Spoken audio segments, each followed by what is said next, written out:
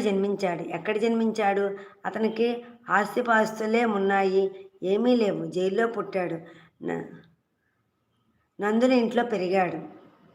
మధురకు పోయి చేరాడు. ఇంకా అతనికి ఎక్కడుంది ప్రో ప్రాపర్టీ? జానెడు భూమి అయినా లేదు. నయా పైసా బ్యాంక్ బ్యాలెన్స్ అయినా లేదు. అయినా అతడు జగత్తుకంతా గొప్పవాడైపోయాడు. అనగా ఏమిటి? ఈ ప్రాకృతమైన ఐశ్వర్యం తన ఐశ్వర్యం కాదు. ఈ ప్రాకృతమైన ధనం తన ధనం కాదు. ఇవన్నీ కదిలిపోయే మేఘం వలె. శాశ్వతమైన ధనం ఆనందమే. నిరంతరం కృష్ణుడు ఆనందంగా ఉండేటటువంటి వాడు.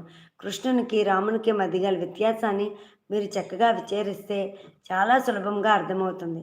కృష్ణునికి మొట్టమొదట నవ్వు, తర్వాత పని. రాములకు మొట్టమొదట పని, తర్వాత నవ్వు.